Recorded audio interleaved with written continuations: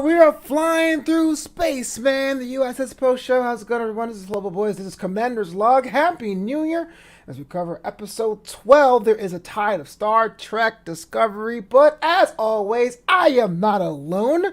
I am being joined by the man who's more than what he appears to be, even though he's exactly what he appears to be, my captain, John Weber. How's it going? Flobo, how are you, my friend?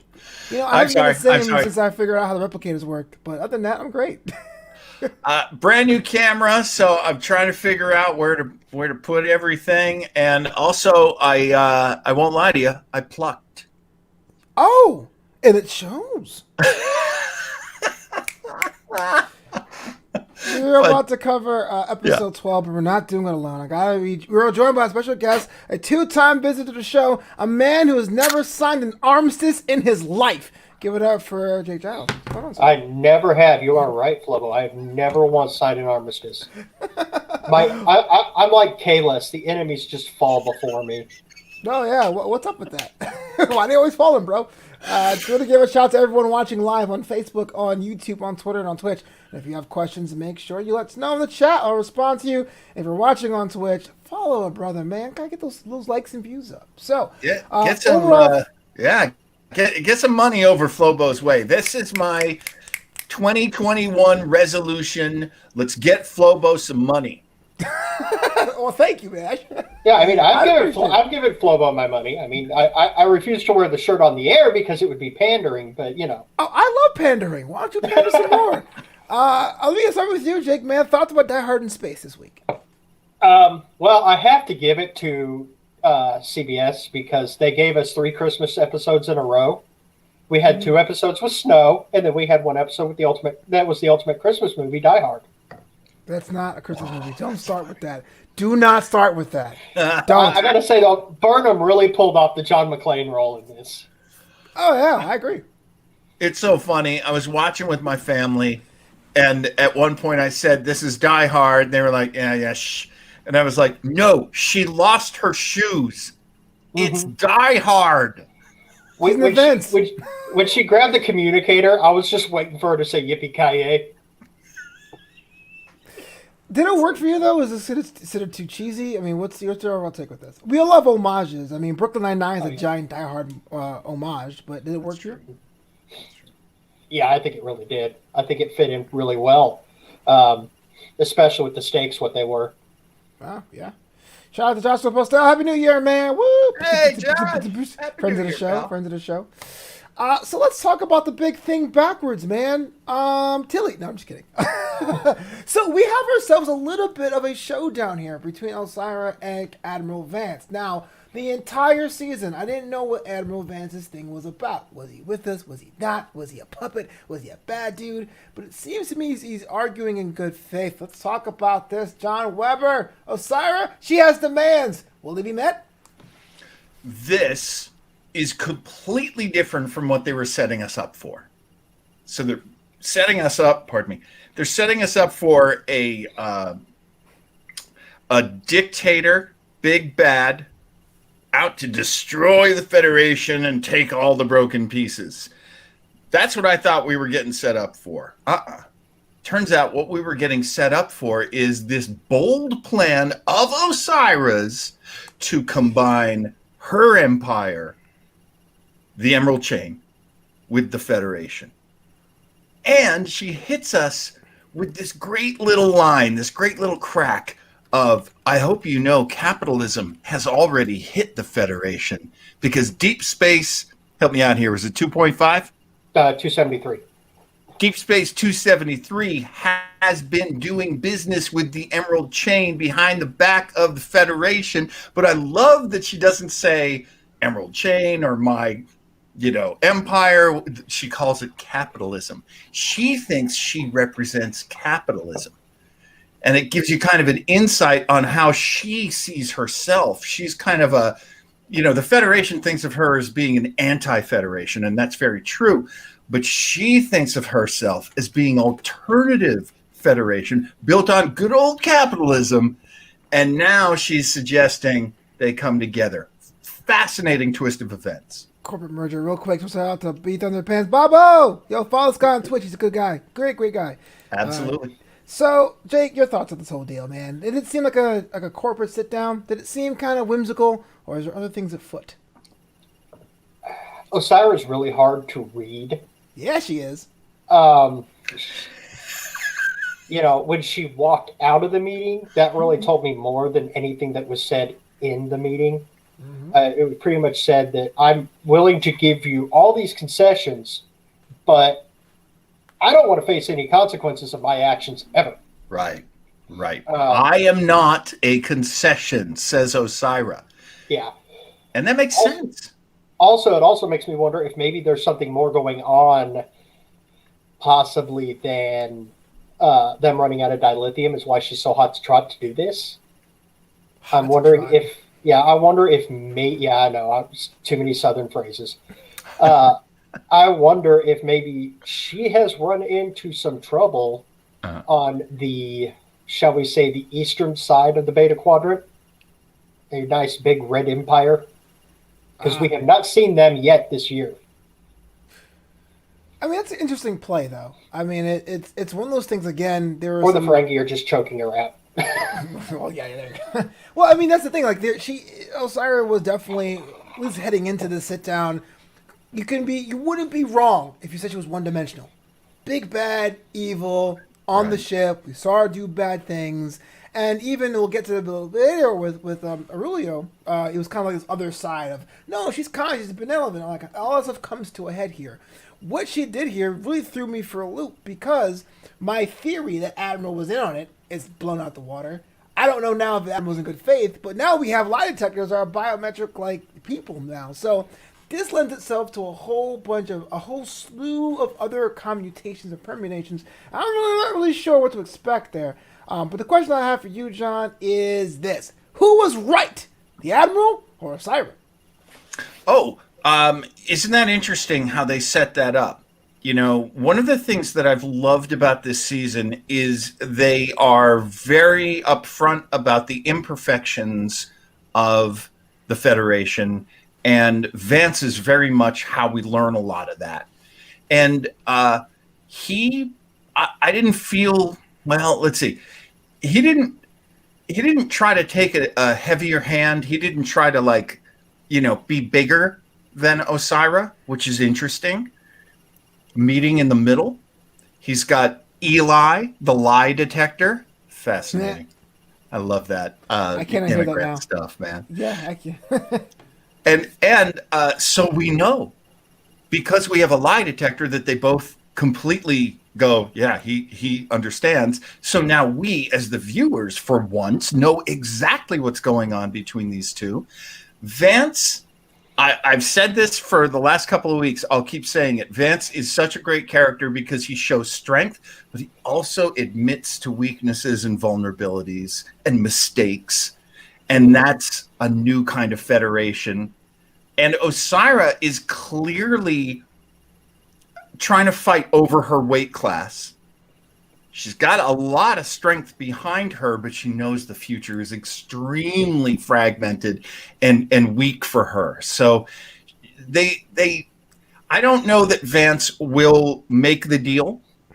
We know that she wants to make the deal, but we also know that if she has to walk away and blow everything up, she'll probably do that too.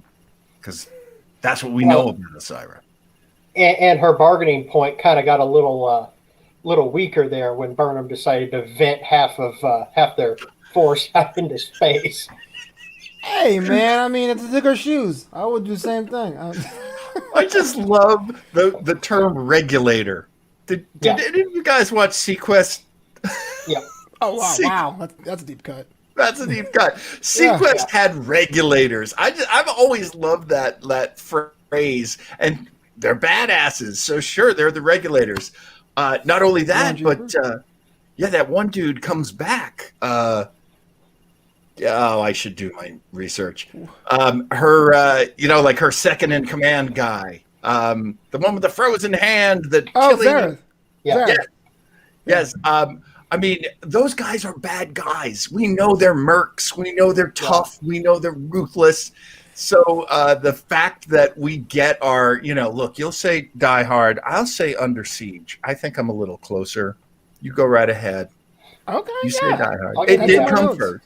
That's in my But notes. it feels- I have Die Hard, Under Siege, Assault, Precinct 13. Whatever you want, man. You can have you can have any flavor you want. That's the home world right there. Is Precinct 13. Yeah. And something that, if you watch The Ready Room, something that Will Wheaton points out, which is hilarious. I didn't even understand what I was watching. This is a Jonathan Frakes directed episode, of course. It was. Remember, Frakes directed, was it First Contact? The one where the Borg take over the Enterprise? Yeah, he directed First Contact and Nemesis. And so he has experience with this, people, the crew of the ship trying to defend themselves against boarders. It's very interesting how his action movie experience, and I would never say it was great. Honestly, the thing about First Contact. Wait, are you putting him over or burying him? I can't tell. Oh, In conclusion, I'm not really sure what he does. Yeah. Here's Both at the same time. Thing is, Frakes gets a lot of credit for a lot of things, and some of them are true. Okay. That's what I'll say. That's the legacy I want. It's an uplifting burial. Sounds like a mausoleum. All right. Well, it's got to be one of those things where, if we're going to talk about wrestling, let's talk about wrestling. Right. When you go up against a guy, you do want to insult the guy. You do want to put the guy down, but you don't want to undermine the quality of his work, because if you make him look weak and undeserving and you beat him, then that's no victory. That's why wrestling is the best storytelling on the planet. I actually really liked one of the comparisons that they made on a Trek Culture video about this episode that I watched this morning. They said that at least these borders, as far as Jonathan Frakes stuff, at least these borders were good, unlike the Remans and Nemesis, who you just hit once and they fall over. Supposed to be the Romulans' biggest bad boys when it came to the Dominion War. They were putties, man. They were Power Ranger putties. They were putties. Not this big Z in my chest. Well, real quick, before we get to the whole other story beats, I want to talk about the actual technical marvel of this opening sequence. Like, it was like feature television, man. And I actually wrote here, Booker flies, and there's like the whole Change-O stuff. It was like I was on board with what the stakes were, and it definitely was like a shock. Now, the question I ask about, like, we talk about budgets and everything, right? We talk about, like, there's bottle episodes, there's episodes where you get to see Navarre, which I'm still mad about. And then you see, like, expressions like this. Just overall, though, do you think it's a good idea to do it that way? To have those kind of big budget things and to have little bottle episodes? Or would you like to have the little thing more evened out? See Navarre, maybe have a little bit more toned down action sequence. This is your personal opinion as long-term fans of Trek. Yeah, I would prefer more evened out. Unlike Flobo, I wanted to see more Navarre. I actually would have liked to have seen, more than one Romulan. Yeah, I got you. In the future. And maybe some Romulan ships in orbit. True. A lot of times they're holding that back, for some later reveal. Right. I mean, even the original introduction to the Romulans was a camera on board their ship, and we get to see. It's basically like the shoplifting camera at 7-Eleven. It's the first we get to see of them. It's a giant walleye. I tell you, the big budget it's great for sucking in new people. I wish I didn't use that verb, but honestly, Star Trek could always be looked at. Look, we're a bunch of old men here. And of course I say that having so much gray hair that it's clearly, you guys are clearly much younger than me. But if I'm trying to get that new franchise fan, I need to dazzle them. Pew, pew, pew, pew. And the people working on the show, I got to give them credit. They are trying their damnedest to extend everything, to get more value out of everything, get more out of the actors, more out of the costumers. You know, the so many of the props are 3D printed now. You know, they're trying to maximize everything. I give them a lot of credit for that. Yeah, I do too. Let's move on a little bit. I want to talk to you about the most interesting character I've seen in a while in Aurelio. The actor, Kenneth Mitchell, has been a fan favorite in the Star Trek universe, a player in early seasons as Cole and Cole Shaw, and on Lower Decks as some of the additional voices. In real life, became diagnosed with ALS, and so he is operating in a wheelchair, and he was brought back into the universe as a character that uses it. That's all real life. But inside this story, he does have this unique relationship with Osira, kind of like the pet the cat moment or pet the dog moment. Jake, start with you, man. Thoughts about Aurelio in this like storytelling characterization of Osira? He's extremely intelligent. He's obviously got the intellect to be a scientist, but psychologically, he's kind of mixed between, this attachment to Osira that may drift a little bit into Flobo, stop that. You're just Jesus. It's a sight gag, so those in the podcast are ass out of luck. No. For those of you that need to know what I did, I just immediately just closed my eyes. As you can tell, I'm used to working in an audio medium. A little Stockholm syndrome, a little bit in there too. Yeah. Well, I mean, you know, we've seen a lot of dictators lately in the news. You know, let's just put it They're that all way. the rage. It's fashion, John. We're not. 20 years ago, I didn't know what a functional dictatorship was like the way I know now. Well, I mean, even Hitler had people he took care of. Absolutely. And not comparing Osira to Hitler, but I'm just saying even the worst of the worst. There are two sides to the story. Yeah. This has always bothered me. I'll just throw this out there. I love comedy, and this has always bothered me when I watch Saturday Night Live, or basically when I watch anything produced by Lorne Michaels. Lorne Michaels is a billionaire, and he feels comfortable no matter who's in charge. So here he is, you know, taking on Trump in his own way here or there. But one thing that he never did was just say he's evil, and that's that. There was always this, hey, I'm doing okay. You know, I got mine. Why are we so worried? Let's be light. Jimmy Fallon, you know, riffling Trump's hair 5 years ago, which Jimmy Fallon says he regrets every day. Normalizing somebody, you know, obviously politically, you know where I'm coming from. I disliked Trump. I'm a talk show nerd. This is fascinating. Good to know. But the thing is, when you are in that rare air and you're not afraid for your life, there's certain decisions you make. Certain things that you go, I don't object to this. Mm-hmm. And when you're on the other side, when you're like, my friends are actively going to be killed. Someone is going to kill my friends if I don't stand up. Maybe I'm not being threatened. Maybe I am. But this is a red alert. We are in trouble here. And to see them exist at the same time. To see somebody go, hey, it's just life. I had friends who are like, look, bro, Democrats get 8 years, Republicans get 8 years, then Democrats get 8. I'm like, it's not like that at all. But you're a Republican. So, yeah, you feel that way. You feel taken care of. You feel protected.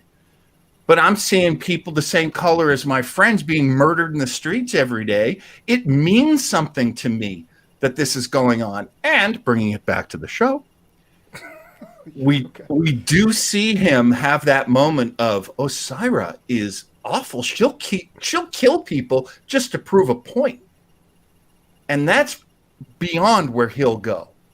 Well, and I think we know so much more about him. I think subconsciously he knew what Stamets was telling him was the truth and was correct, and I think that subconsciously is why he stayed on the bridge when he did. Yeah. Fascinating too. I used to love the show Jericho. Oh, wow. Yep. How many deep cuts in one episode, man? Well, I mean, it used to be, the show Jericho used to be on Mondays, and then it was on Fridays, and now it's on Wednesdays. Right, Flobo will get that joke. I wouldn't. Oh, wait. Oh, yeah. Ugh. And it always pulls in the best demos. Because also, okay, yeah. Actually, that's Should pretty I call later. it I can't knock it. Ulrich's Jericho? That was actually clever. I hate the fact that he was clever. Yeah, you don't have cleverness always out of me bothers me often. when he's clever. I know, right? Oh, he's so dang smart. Okay, so moving on. Speaking of this exchange, the person who's been to the ringer this episode was Stamets.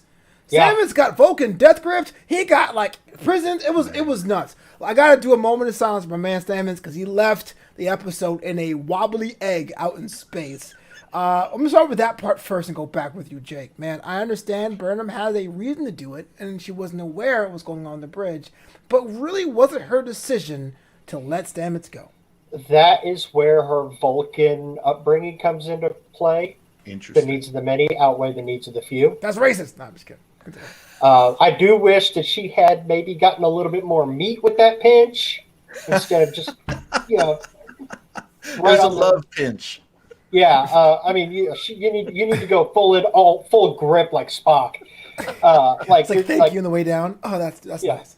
Yeah, like you're just going to cut off every artery going into their brain, like Spock did. But speaking, of course, of Leonard Nimoy. But yes, Stamets stands a lot to lose personally, but it's like Burnham said: if he's not there, Osira can't take the ship. And that's the needs of the many. That's the entire crew. All honestly, with that spore drive, the whole Federation. So, in Vulcan terms of logic, she did the exact right thing, because in the grand scheme of things, Paul Stamets, Culber, and Adira, they don't matter.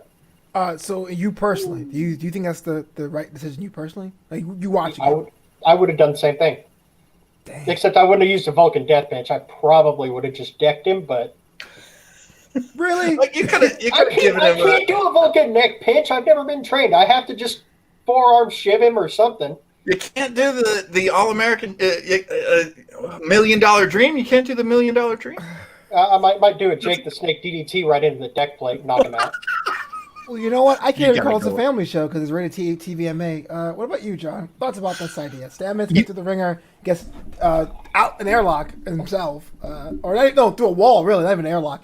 He gets blown to smithereens. Thoughts about this whole storyline right now? You know, the only thing that I was so unhappy about that, except for one thing, and that was she took the phaser and she made it overload, which blew a hole in the ship.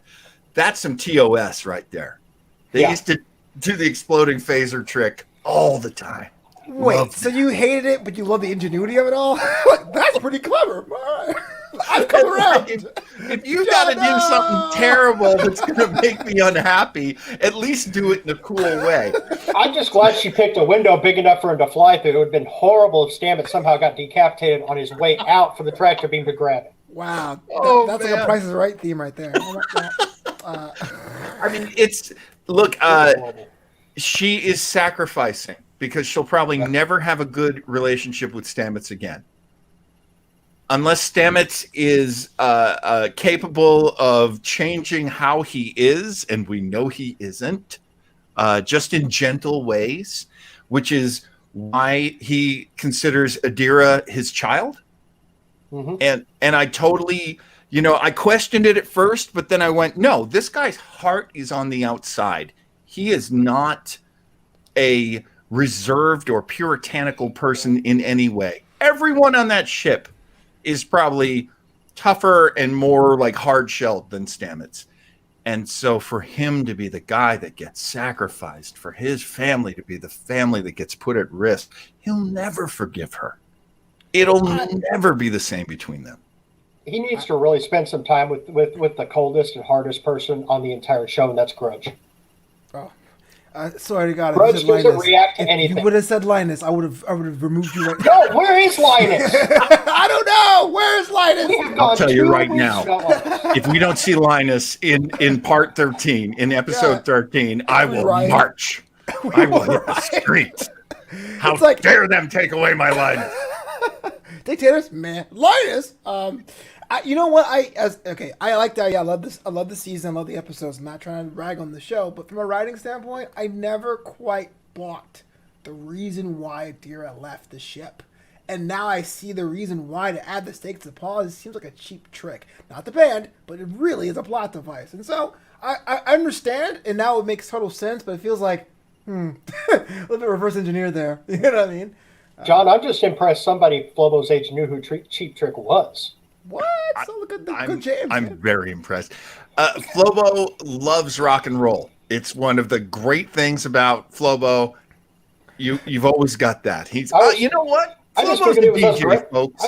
I figured it was just us gray guys that did now. That's the reason I'm bald. I DJ'd a New Year's Eve party last night, and they wanted old school hip hop with the Grateful Dead. That was a mixing challenge.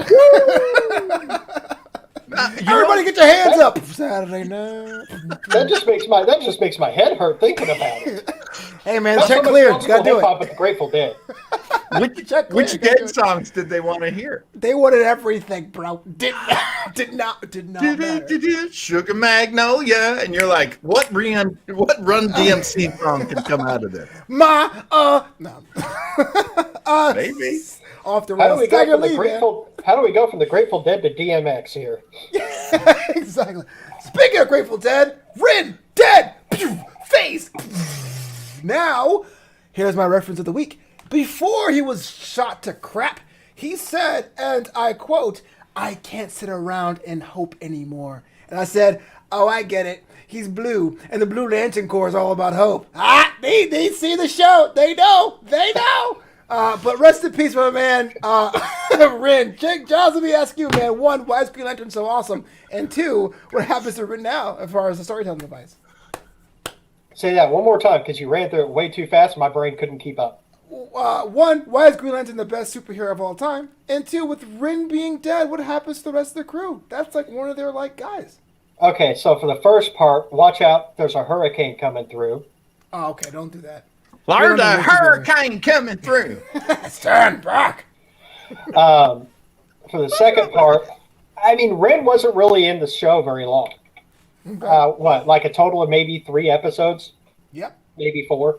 I think the crew's going to be just fine. I really think that at this point, fairly early next week, we're probably going to see Tilly and the bridge crew kind of hook up with Burnham and then pretty much take that bridge pretty quickly to get onto the resolution for the season. Because I believe next week is the last episode of the season. Yes, it is. Yes. So yes, it is. I imagine we're going to see that happen pretty quickly, like within the first 20 minutes. It did seem that he paid the ultimate price written there, and it was kind of a redemption. Yeah, it kind of was, because he has a purpose. He was such a coward, and he wouldn't do anything to stand up to Osira after she cut off his antenna, which they grow back.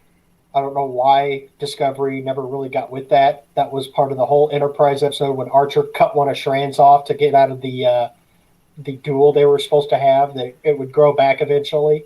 I think it's kind of symbolic. If someone broke my leg, it will fix. It's just They did mention it at one point that it would take a while for them to grow back, and I'm pretty sure the makeup people allowed for a little passage of time, a little bit of growth of the little sprouts. But yes, you're absolutely right, Jake. He had been a trustee of Osira's. He was implanting the explode your head device into all the slaves on the salvage planet. He was hated by everyone except for Book, who has a very deep understanding of people who are pariahs and people who stand up on principle.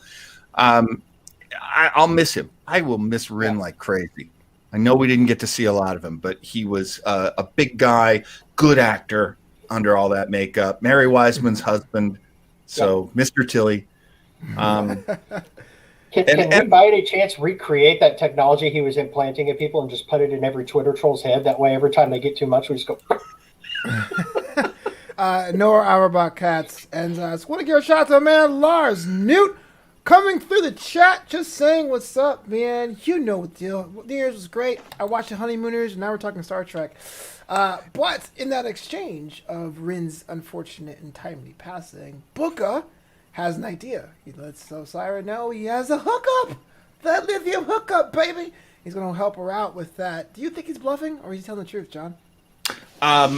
It sounds to me, we don't know Book to be a just take a stab guy. He's a pretty good calculating guy, pretty good at weighing the risks. He knows he wants to get back there. He knows it's going to be dangerous. So yes, he is setting Osira up. He's trying to get back there so maybe he can rescue people, but he's got a feeling he can set her up. That's what I'm seeing. Okay. Yeah, I'm kind of expecting, like, if his plan goes through, I'm kind of expecting somewhat of a beam her down, beam them up kind of thing, and just leave her. There's something going on. He's got something up his sleeve. And maybe he hasn't even thought it out yet. Maybe he isn't even 100%. Because let's face it, hopefully I'm not jumping into guns here, Flobo, but let's talk about the cute little robots. Okay. Wait, let's talk about the R2 units. Wait, that'll be the second question. First question I have, though, is that now with Samus hanging out in space, how are they gonna make this happen next week? Now, Starfleet grabbed him. Okay. He was grabbed by for sure. But do you think he's going to be able to do it, though? You think he would do it? Or do you think that Michael will let him do it? That's a good question. Maybe it's Tilly's call to get him to do it. Tilly's got to definitely stand up and do some more captain-y stuff. Yeah. Yeah, I mean, at this point, I can never remember her name. She's the lady who did play Ariam in the previous Nielsen? 2 seasons. Nielsen? Lieutenant Nielsen. Lieutenant Nielsen. As soon as he asked Tilly, I'm like, no, Nielsen. Yeah. I mean, Nielsen had been taking the comm for quite a while. Yeah, she was the second officer. She should have been promoted. Ooh, hot, spicy take. It could have been. This is why Tilly getting everyone's acceptance is a big deal, because they already had Nielsen. Yeah. It's always weird on top of that shit, man. It really is. But I didn't want to cut you off there, John. Let's talk about these robots, man, because I have mixed feelings about this. Fears Data has downloaded themselves a nice, cuddly, merchandisable, toyetic robots, and now they may help the crew. I want to see what your opinion is. Well, Star Trek Baby Yodas. Pretty much, yeah. I want to ask your opinion of this. This is how the episode ends, actually. They aligned themselves with Tilly and the crew. Yeah. And, you'll see a little more discussion of it if you watch Ready Room, where Will Wheaton is interviewing Jonathan Frakes. Great episode of Ready Room. Can't recommend it enough. They do talk a little bit about how up to that point, before we see the little robots come in, we see the sphere represented as Buster Keaton. Yeah. That is so cool. Sitting back there on the screen, just watching everything. Just watching everything. And so smart at how it hit itself. There's this thing about, I'm sorry, I couldn't come up with a Green Lantern way of talking about this, Flobo, so I'm going to have to go Toy Story. There's something magical about Toy Story when you realize that the toys love the kids. There's something magical about that. It makes me cry like a baby whenever I watch like Toy Story 3 or Toy Story 4. The fact that the kids they love their toys, but the toys love them back. So here we have Discovery. Everyone does everything they can for Discovery, and Discovery, represented by the sphere, cares about them. Cares, like there's love to it. And of course, when the sphere comes to them, it comes to them why weren't these things on the market this Christmas? Yeah. Honest to goodness. They already showed them in the opening credits all season. For season 3, they're showing the little robots. I think they're called dots. Dots, and for some reason, dot 23s. Yeah, that's what I hear them being referred to right now. So the dot 23s, they do come and they say we want to help, and it's a very classic script element that the villains overlooked them. Mm-hmm. You know, it's like the little jester sneaks in and helps our knights by providing them with the key to get out of their imprisonment. You know, So, yeah. Since we've already made multiple references tonight, they're Marco Stunt. Don't do that. Don't. Because, I mean, look, these Dot 23s may end up saving the day. Marcus Hunt can't do that. Dot 23's going to get, like, jobbed out in 5 minutes. Oh, he tried. Look at the heart. Oh, fine. We'll go with Swoggle then. I was torn with this because when I first... Okay, I'll tell you how I walked through this because I'm not a snob, even though I am trained to be one.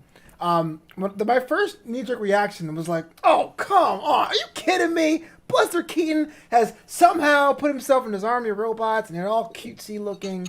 But I thought about it, and I said, to your point, John, I mean, these things they've been plots all season. They helped out all season. They were in the intro. There was no repairing surprise. ships all season. They're repairing the ship all. They're in the background. They're over there in the Federation. Like they played totally fair with this. And so I sat with this on New Year's Eve night thinking, why is my first knee-jerk reaction be like, ugh? And this is going to sound really weird or really post-MTV entitled, but I think it's because of the CGI. Their animation seemed a bit cartoony. You remember me of that green alien that was in the Flintstones, Gizmo or Gidget, whatever it was. It felt like it came out of nowhere. Gazoo, like, the great Gazoo. Gazoo, yes. I was like, wait, what? You're helping them? I think that's the only misstep there, but it totally makes sense, you know. So, ladies and gentlemen who have been paying attention, so apparently last night half of Flobo's brain was trying to figure out how to go from Grateful Dead to rap. And the other side was going, man, those things look really freaking cartoony. Yeah, that's exactly what happened. I failed to see the joke there, sir, if it's true. Flobo that feels personally attacked. I'm totally attacked. Oh, man. Jake, I can't remember. I feel like it was you who was on our previous episode when I accused those things of being Herbie from the old NBC Fantastic Four cartoon, where they replaced the Human Torch with Herbie the robot. It was either me. It was either the one I was on or the one right after. Yeah. And I can't remember the name of the robots on the movie The Black Hole. I'm very Disney tonight. What's up with that? Disney, but Marco Stunt, it's all good.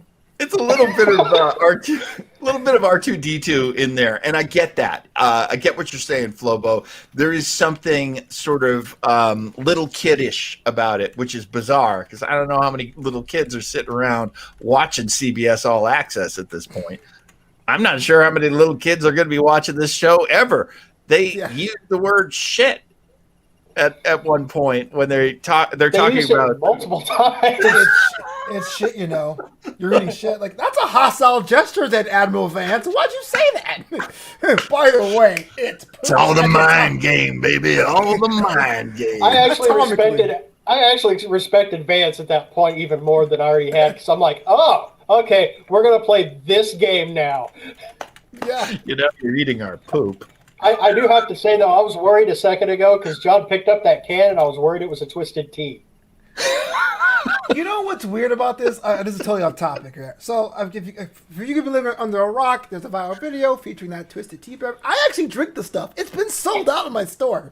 How weird is that? If I can't even drink the stuff, everyone's doing viral videos with it. You know? This is the product of the year. Is Twisted Tea? They managed to finish 2020 being like the number one product. Just because some guy just hauled up and busted one over somebody's dome.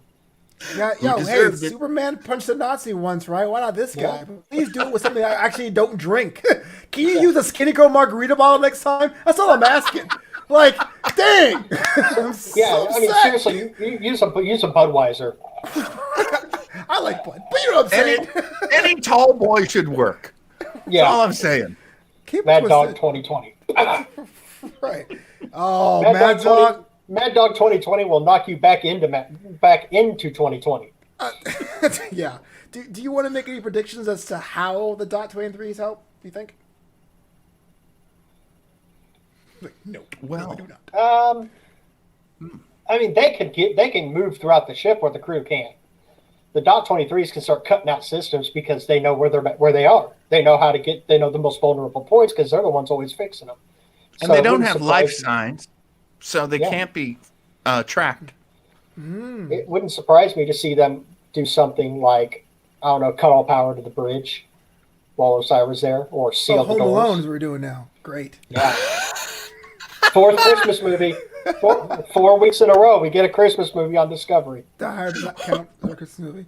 Home Alone, yet another variation on Assault on Precinct 13. Yeah. Much love, much respect. See, Flobo keeps up with this whole Die Hard is not a Christmas movie, despite the fact that he was outvoted among those of us on the other millennials. Elder Manos podcast, a friend of the show. I would say listen to every episode but that one. Don't listen to the Christmas episode. Don't listen to the Christmas episode. Flobo is not on it.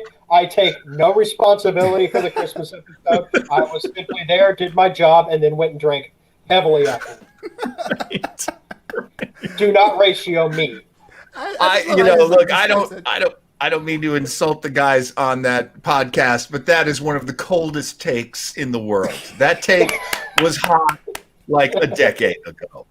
Honest to God, I only see the neck beardiest goofballs arguing that now. It wasn't actually really said on the show. It's just kind of aggregated by me from all of our Twitter activity. I tell people who say Die Hard is a Christmas movie, if Die Hard is a Christmas movie, then Iron Man 3 has to be. And it's like, oh, no, that's different because... No, Iron Man 3 is a Christmas movie. I would say Iron Man 3 is a Christmas movie. It's more a Christmas movie than Die Hard. But it's not about that, because we're in Die Hard in space. There's a real quick moment. It's kind of a minor detail, but I thought it was pretty interesting. How Burnham sent a distress call to her mama, Gabrielle, about what was going down. Do you think Gabrielle makes an appearance? And if so, how will she help out the crew? Yes. I mean, it does feel like that kind of setup, doesn't it? Well, not only that, but remember the order she belongs to, Hopeless Causes. The ship's already been taken. That's kind of a hopeless cause. So, right. We may see her show up and, steal a line from our favorite Romulan on Picard. Choose to live. Ooh, nice. Nice. Had that one up your sleeve there, Jay. Yeah, he takes notes. I'm a big Romulan fan. I have all their jerseys. I hope they go to the playoffs. Isn't that interesting, though? Because I have a favorite race, too. Tread carefully, John. My favorite race is black people. No, no, that's the girl. We're number one. You're sorry, you're talking to in a part. You know who my favorite race is? Black people, Seth. Yeah, exactly. My favorite race is Bajorans. I know. Isn't it weird? But what I love is their religion is so solid and magical, and our hero is their emissary. I love that. Well, that seals it, folks. I can never be on this show again because my second favorite's the Cardassians. Well, honestly, my second favorite's the Cardassians too. I feel like there's a balance there. Only because of Garrick. Garrick is one of the greatest. Gul Dukat, though, always going to be one of my number one Trek characters ever. Villains ever. And one of my favorite actors as well. I feel like such like a sleazeball. I'm like, whatever Commander Nan is, Barzon, cool. Like I don't have a ranking of a favorite. I will say this much though, the writers kind of ticked me off in this episode. How so? Because there was a briefest of brief pauses between Deep Space and then when she said 273, I'm like, I used captions. I was already spoiled. Like I read the caption. Yeah. I love that though, because there is a network of deep space stations. There should be. It's not all planets, You're not going to colonize planets. 273. I mean, that's what Delta Quadrant, probably. If Bajor was Deep Space 9. Yeah. Is that do you think they number them in terms of where they're located, or do they number them in terms of when they became deep space stations? Sequentially, in the sequence of, okay, this is our new station, so now it's 273. Oh, we've got a newer one, that's 274. Or like in terms of who's closest to the center of the Federation, or no one's ever answered. Because it would make more sense with the Vulcan influence in the Federation that it's just simply the most logical way. And that's, okay, well, here's Deep Space Nine. We got this one over here that's just on the other side of the wormhole. We'll call it Deep Space 10. Yeah. No, that makes sense. I wonder why they went to the whole number convention and why did they haven't gave it real. I don't know. They will name the ships after people, places, and things. I wonder why deep space stations are just number designated. That's a very good question. Because with the exception of until now, Earth Space Dock having existed for about 400 years that we knew through the original canon all the way up through Voyager and the movies, most space stations get torn apart and rebuilt as they age. And at that point, if it was named, you'd have to make some kind of differentiation. If it's just a number, who cares? Deep Space Nine wouldn't be Terok Nor anymore by this point in the show anyway. It would probably be a Earth Space Dock style space station with full docking facilities and the big door that Kirk barely slips out of to steal the Enterprise. Yeah.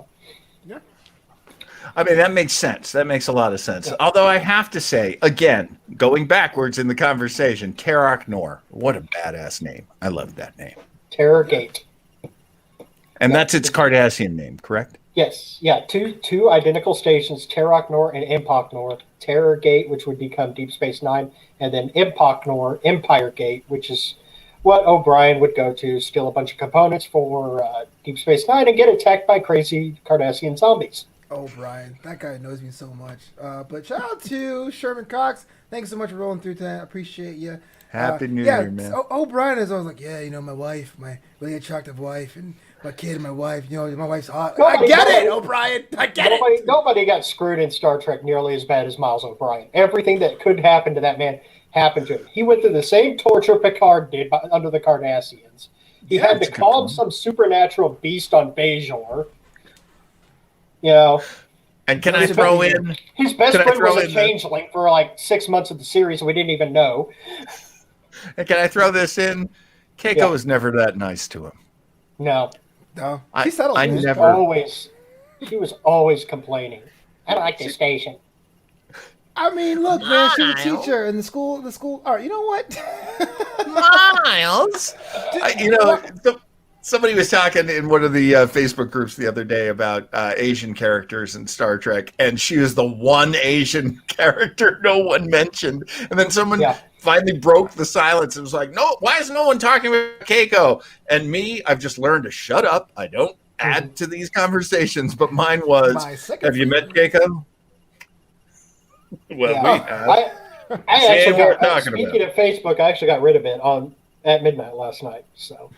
Congratulations. The whole Facebook Well, no, I deleted the app completely. I've still got an account for Messenger so that I can update our podcast stuff. But outside of that, no, I got rid of the whole app. And because that's really through Messenger or DM is the only way Flobo's got to get a hold of me. Oh yeah, I did DM you today. Wait, by that, real quick though, we talked about the robots 20 minutes ago. But the follow-up question I had was we saw that before that we saw the bridge crew basically have their own little side quest, a little adventure there. Now, with Discovery's original problem, Season 1 was saying, hey, these bridge crew members are pretty much one-dimensional, interchangeable. We saw some more personality beats here. Yes. But in Season 3 and in this particular episode, are we getting a feel of these being individuals? Or do we think these are worthy of being intact as a crew? Or overall thoughts about the crew? I mean, we know Detmer now. The rest are kind of slowly moving up to two-dimensional, but they're still mostly one-dimensional. I mean, we know more. We've gotten to know Detmer quite well. She's really the only one, though. Okay. Oh, no, I disagree. I disagree entirely. Yeah. Because Owo was a part of Detmer's story. She gets bumped up more than true, but Owo is a leader in a lot of ways, and she does really kick some ass this episode too. Yeah, I think with Owo we learned more about the mirror her this season than we did her. Yeah, Mirror was badass. Won't argue there. But the thing that's great about Owo is, if you look at the family structure, the boys don't stand out as much as the girls. That's interesting. Yeah. Whatever reason, I know a lot of guys out there are like, because they hate white men. There are no white men on that bridge, by the way, but because they hate straight men. It's not about that. They have similar names too. That doesn't help their cause. I mean, what you've got is the drama focuses a lot on Detmer, and then how it comes out from there. We do know Nilsson because she's so close to executives, so she's taken the comm a bunch of times. She's got a bunch of important moments. And it's the exact same person as the Robot Girl was. Same actress. First season. Yeah. First season, and then second season. Yeah. Actually, second season, a new actress was Robot Girl, and they did bring her back during the end. She has a name. I can't remember her name just completely escaped. Well, because Nielsen played Arium in the Terran universe. Yeah, but she's also her without the augmentation was in the Terran universe. Right, and so we are seeing a lot more now. Granted, a lot of that happened in the mirror universe. That's true, but as was pointed out by Will Wheaton, I'm not going to take credit for this. A lot of the great moments of the crew happen when Jonathan Frakes is the director. That's true. A lot of interplay. And here's a guy who can teach them. You know, here's how the family works. Here's how you stand out from the group. Here's how your individual, contribution is unique to you. So I really liked it. I feel like, and what we're going to see in the sort of Under Siege, because I hate Die Hard at this point in my life. Thank the Lord. What we're going to see in the Under Siege Get Back moment is we're going to see this crew do some great stuff under Tilly. That's how we're going to finish season 3. Tilly and her bridge crew kicking ass. Yeah. That's and that's just a prediction. I actually saw a Twitter post the other day that said, you got to feel sorry for Jonathan Frakes when he's directing some of these episodes where there's a lot of action for the bridge crew, because he's going around going, okay, you're going to go over here, you're going to do that, you're going to be doing that, you're going to be doing that. Well, crap, you don't have a wharf. Who are we going to say no to? It's true. That's true. That's a good point. Who's the wharf? This series. Without a wharf, what are you going to say no to every single time they come up with something? Oh, wow. This season has a lot of cool character moments. I mean, I thought at the beginning of the season we saw Bryce come out a little more when he was saying the comms are down, and Taryn Reese getting the whole brothel exchange.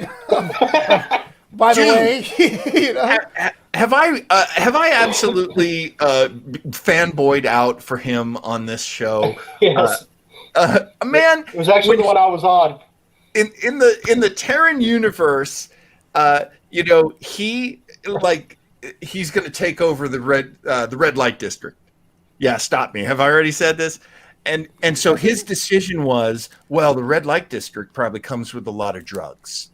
Yeah. So my character here in the Terran universe is totally burned out on drugs. And I just love that choice. I love that edgy choice that he made. And now I see so much sort of ass kickery in his, Prime Universe version. And maybe it's just because I watched that interview. I don't know if it's coming through his performance, but I'm a huge fan. It is. Yeah. I think, we're almost all the way through season 3 now. It's about time the bridge crew kind of gelled. Yeah. They really haven't up until now. It's not that kind of series. It's not. It's a Star Trek series that centers around a person, not a ship. That's what they said about it to begin with. Exactly. But over this season, they seem to kind of change gears on that. Yeah. And they've kind of made it a mix. It's still traditional now in the fact that it's about the ship and it's about the bridge crew. Yeah. But you've also got that second highway there that's, it aggravates me. Michael has another love interest. For now. She has to have one in every season. And what happens every season? They usually die. Or they find out they're a Klingon. Yeah. Sad day. That's what happens when you get too drunk on New Year's Eve and you wake up in a bathtub full of ice and you reach up, you got forehead ridges. I was quarantined for 9 months. Okay, I'm kidding. How dare you judge me? No, we have to get out of here soon. But next week is going to be the season finale. I'm excited to see how everything wraps up and if it will wrap up. Jake, starting with you. What do you want to see? Predictions, all that good stuff. Want to see the bridge crew take the bridge back without Michael's help. I think that's something that they really need for that group. That would be something. At the same time, I want to see, more episodes because we've got an awful long time until Picard, which doesn't start filming until like middle of this month. Right. Because, of course, they took all kinds of precautions because of Sir Patrick's age with COVID and all that. But Jerry Ryan just recently said that they're going to start in January. But it's like, they started shooting season 4 in just after Thanksgiving. So they're probably about a month in up in Toronto, putting together season 4 of Discovery. And we're still waiting for season 1 of Strange New Worlds. But I really think the bridge crew needs to take the bridge on their own and capture Osira. I think that's something they need to do. That's something that is part of the ship itself at the Soul. Especially now they've got the dots, which are being controlled by the computer, and Burnham can do her thing, or even if they want to have her face off with Osira in a dun dun dun dun dun dun dun, dun I'd be all for that, by the way. While the bridge crew takes everything out, they're fighting with Vulcan Lirpas. I don't know, but the bridge crew, in my opinion, really needs to take the ship. True. JLJ Media, Happy New Year. John, let me ask you, man, next week, what are you thinking? What are you loving? Well, we got to get back to Su'Kal so that we can save Dr. Culber and Saru and Adira.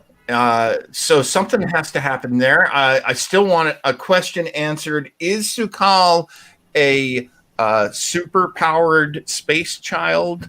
And how are we going to contain his power? Or, and I would hate this, is he going to be some Deus Ex Machina and his magical dilithium powers are going to somehow save the day? I would hate that, but they are setting us up for a possibility of that. I don't like your tone about that one, John.